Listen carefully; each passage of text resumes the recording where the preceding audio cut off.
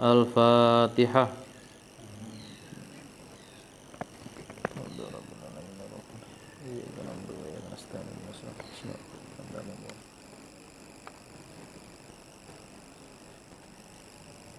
Al-Fatihah. Ya kan Abdul ya kan astagfirullah sallallahu mustaqim siratal ladzina an'amta 'alaihim ghairil maghdubi 'alaihim waladdallin.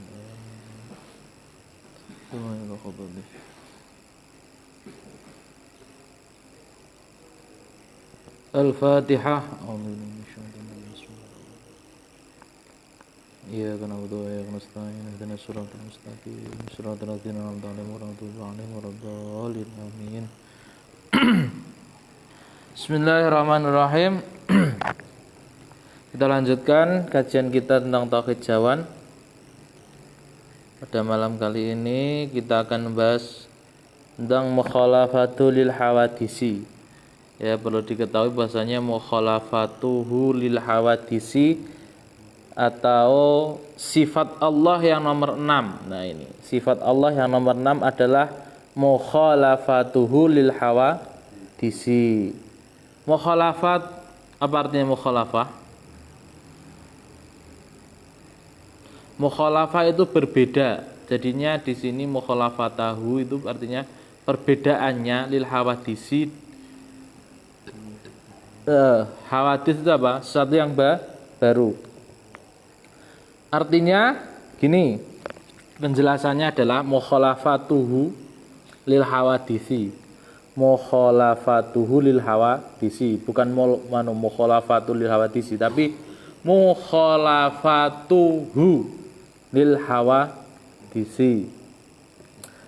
Tegesipun Gusti Allah menika boten sami kalian barang-barang ingkang hawadis atau baru, kados dene bumi, langit lan sak isinipun.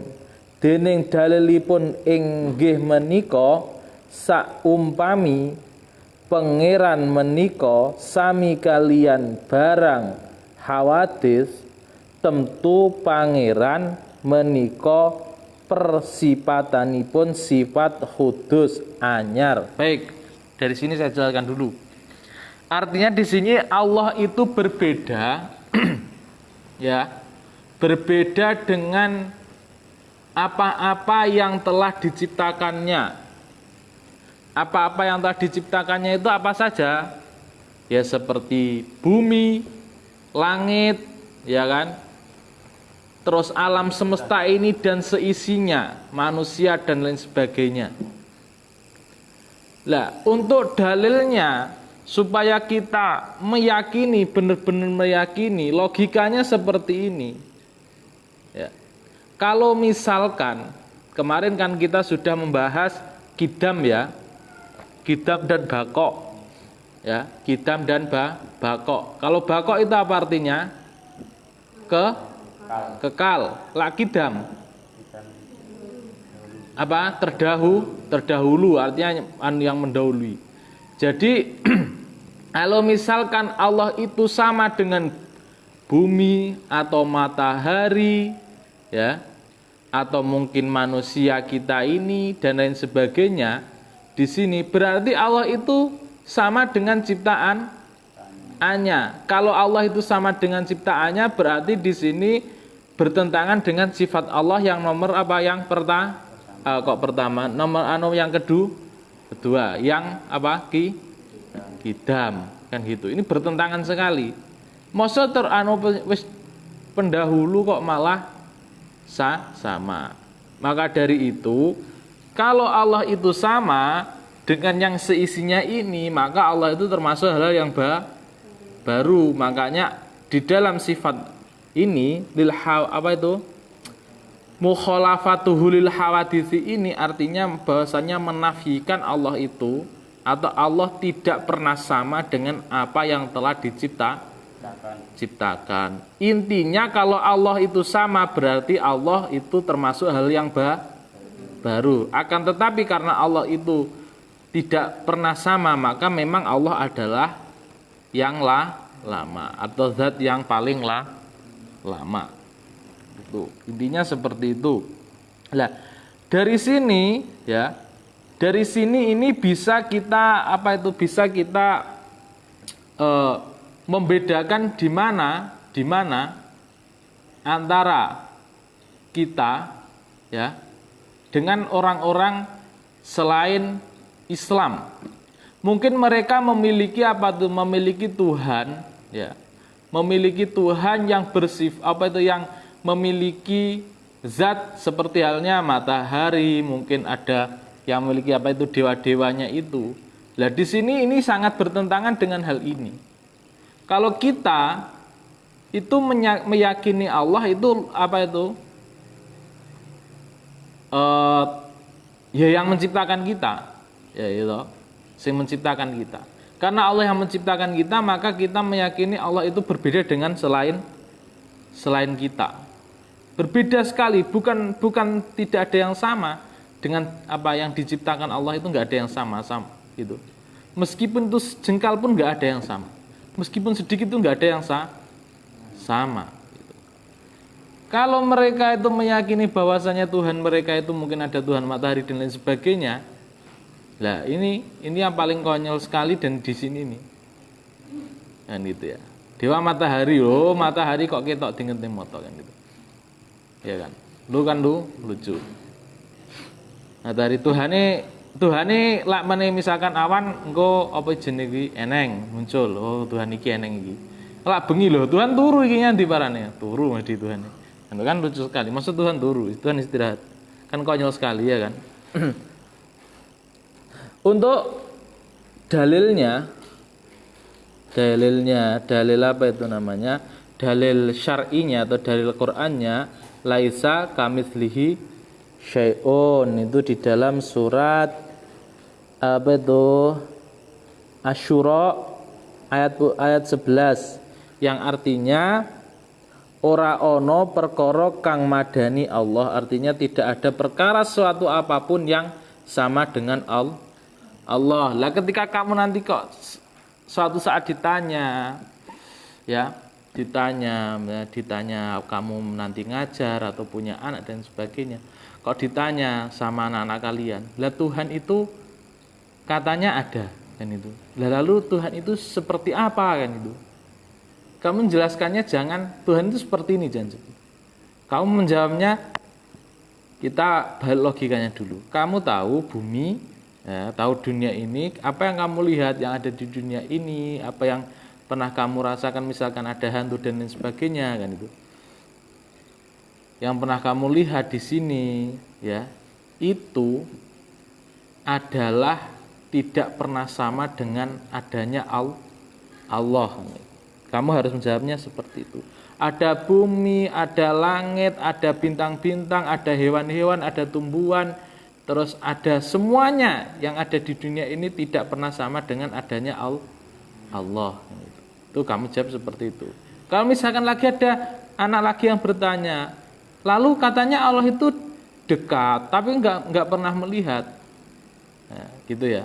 Katakan saja, mudah, cukup mudah. Kamu ini ada benda ini cedek no matane, pernahkah kamu melihat ini benda ini cedek no mata tempel nih?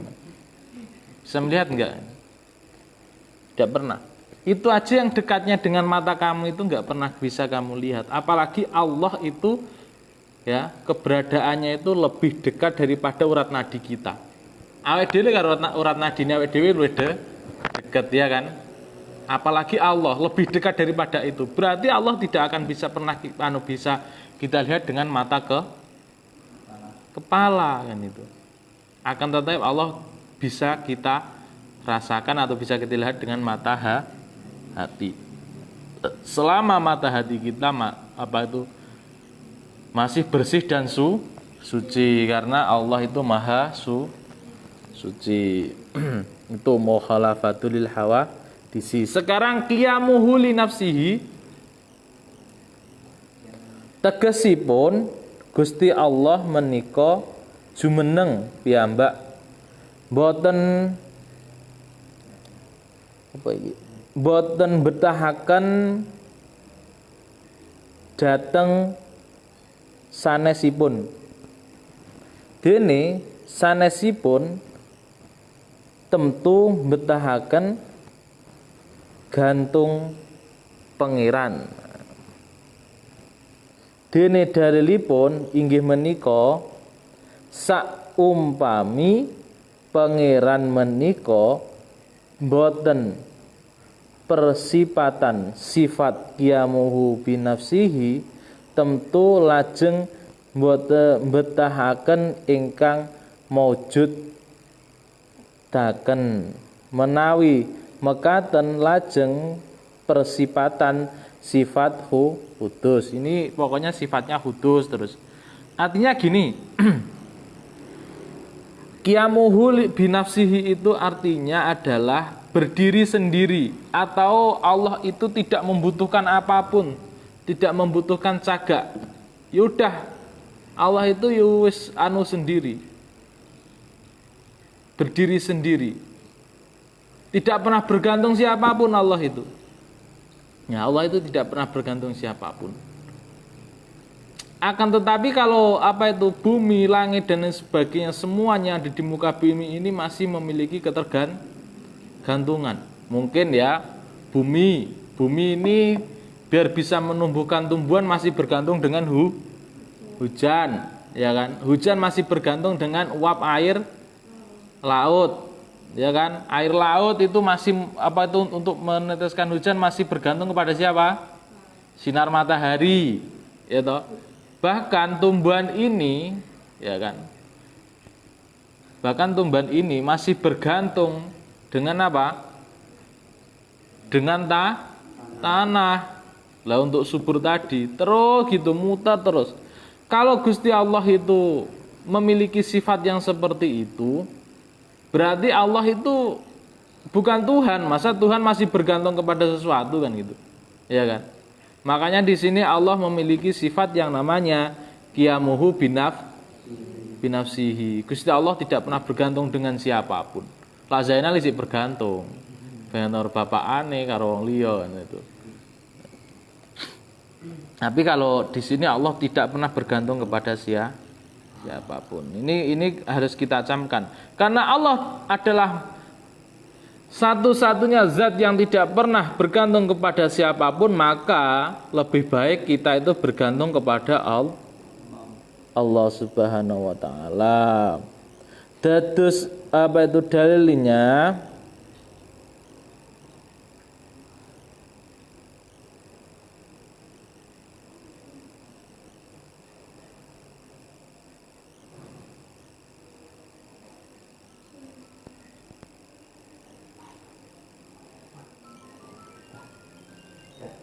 Dalilnya adalah wa'lamu anallaha ghaniyyun hamid.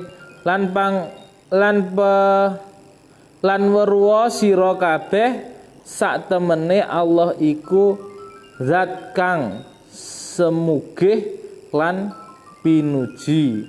Artinya Allah itu adalah zat yang kaya raya, artinya tidak pernah bergantung kepada siapapun untuk segala apapun. Dan tentunya Allah adalah zat yang paling harus untuk dipuji. Baik, untuk selanjutnya adalah wahdaniyah. Kita lanjutkan minggu hari esok ya. Esok nahdatim biqiraatil hamdalah. Billahi fisabil haq wastabil khairat. Assalamualaikum warahmatullahi wabarakatuh.